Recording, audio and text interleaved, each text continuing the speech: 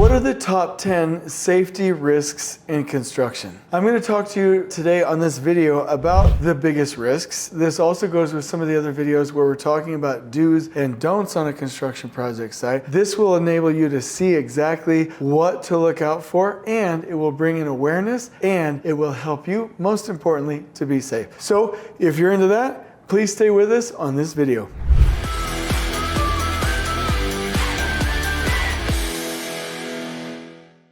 This is serious to me. This is a big deal. Let me go ahead and just, if you like this content or if you feel like this will help you or your organization, please feel free to share this or any other videos. And I'll just go ahead and ask for that like and subscribe right away if you do like it. But let me get into it. The number one killer in construction is death by suicide. So let me talk to you about that right now. Death by suicide. I'll present it in this way. If 1,000 people die in the United States from work-related illnesses and injuries and accidents, and 100 people die every year in Canada. In 2024, like let's say the entire year, that means people on the job died on the job, meaning we're doing safety stand-downs, we're doing safety education, we're doing safety orientations, we're doing safety toolbox talks. Deaths from those things, caught between electrocution, falls, excavations, if 1,000 people die from that every year in the United States and 100 people in Canada, how many people die by suicide in the United States and in Canada? And I'll give you a minute to guess. The answer is 5,000 in the United States and 500 in Canada. So that means if 1,000 people die on job sites, 5,000 die by suicide. That means us, that's in this industry. We have a mental health crisis.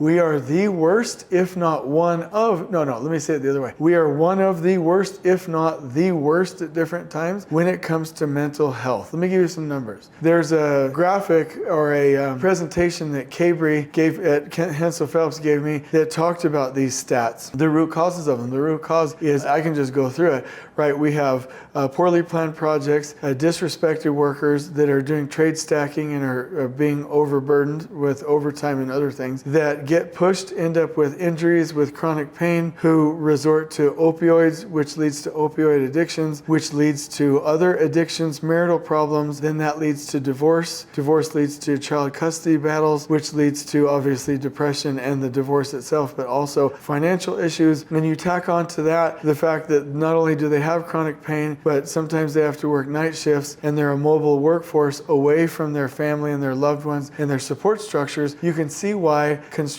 is at a very high risk. So here's some numbers. In 2018, there were somewhere around 6 deaths in construction, 6 to 8, if I remember properly. And there was like 132 deaths by suicide in 2018 in Washington State. This is just representative of where we are. Let's look at it nationally in the United States. It's 53 per 100,000. Is the suicide rate in construction. The suicide rate nationally as an average is 11 per 100,000, and the actual injury rate for construction is somewhere between 11 and 13 per 100,000, and the actual suicide rate for veterans of war in the United States is 38 in 100,000. That means the suicide rate amongst construction professionals is higher than that of veterans of war. That is staggering. So when we talk about the number one reasons or the number one safety risks or the number one causes of death, it is by far, it's death by suicide because of a mental health crisis in construction. So we must focus energy and attention and awareness around that if we're ever going to make a difference. So let me give you the rest of the list so that we can have a global perspective of what's really going on.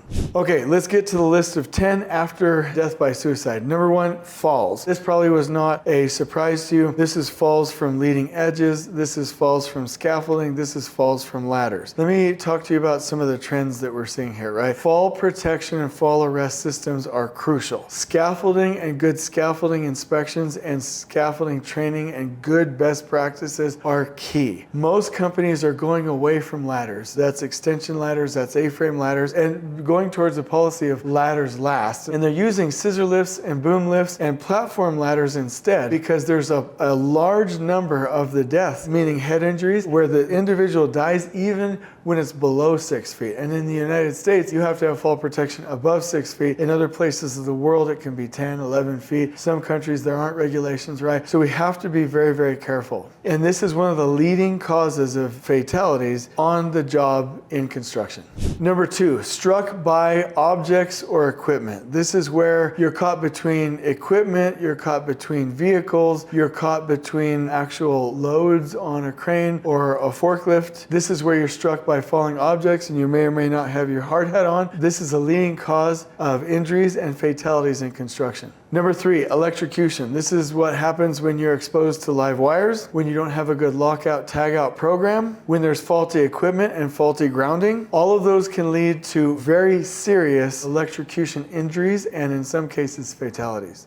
Number 4, excavation and caught between injuries. This is a leading cause of fatalities. This is a reason why, like I've already talked to you about before, we can't find ourselves between equipment, between a fixed position and materials, why we shouldn't be walking around equipment, why we should be careful about being run over, why we shouldn't be in trenches where the sides of the trench are not shored and it's very dangerous. Collapses and caught between and excavation or shoring accidents are really, really detrimental, can really, really be fatal in most cases, and we really need to understand that it's a leading cause of death in the construction industry.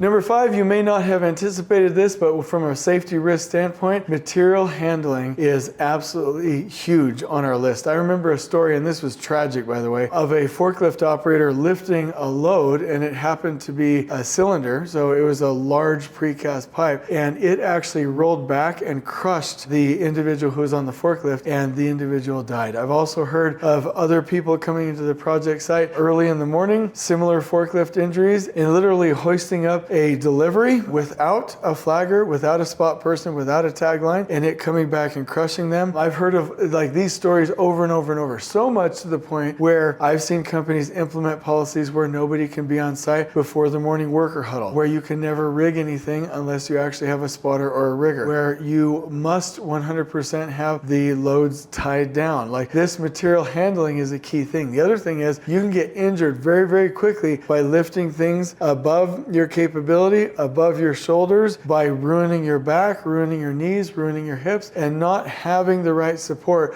for material handling. It's a huge, huge, huge safety risk.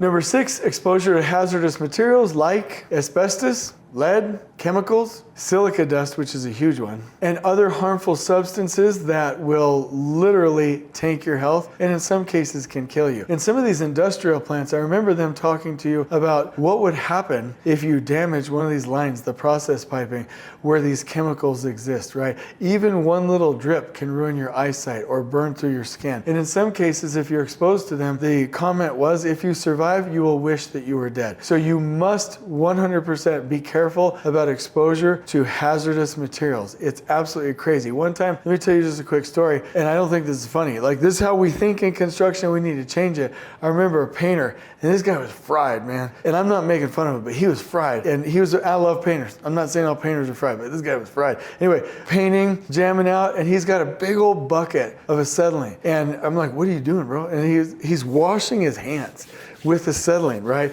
Just like dousing, like taking a shower in it. And I'm like, bro, you know your skin's absorbing that stuff. And he was like, what? And I'm like, yeah, okay, thanks for proving my point. Like, we are too nonchalant, we're too careless when it comes to hazardous materials, especially chemicals. Our skin is like a sponge. We have got to be careful because we could end up injured or dead. Number 7, noise exposure. Like right now, my ears aren't what they needed to be. I wish I would have protected my ears throughout construction. Get hearing protection. You do not want to lose your hearing because of an on-site construction hazard. Number 8, poor ergonomics. This means repetitive motions, bad postures that will hurt your body. Number 9, inadequate training or supervision can really take a normal, fairly safe task and turn it into a really large hazard when it comes to safety. And 10, weather-related hazards. I'm talking about rain, I'm talking about slips, trips, and falls, I'm talking about ice, I'm talking about lightning nearby, I'm talking about all the the weather types, right? Making sure that we're safe in adverse weather conditions. Here's what I want you to focus on. These are major risks on a construction site, and there's so many different rules, we can take our eyes off it. It's nice to be able to see those one by one at a glance. I'm going to put this into a Canva graphic for you so that you can know the top 10 risks in construction when it comes to safety, and so you can create awareness on your site. I hope you've appreciated this video. On we go.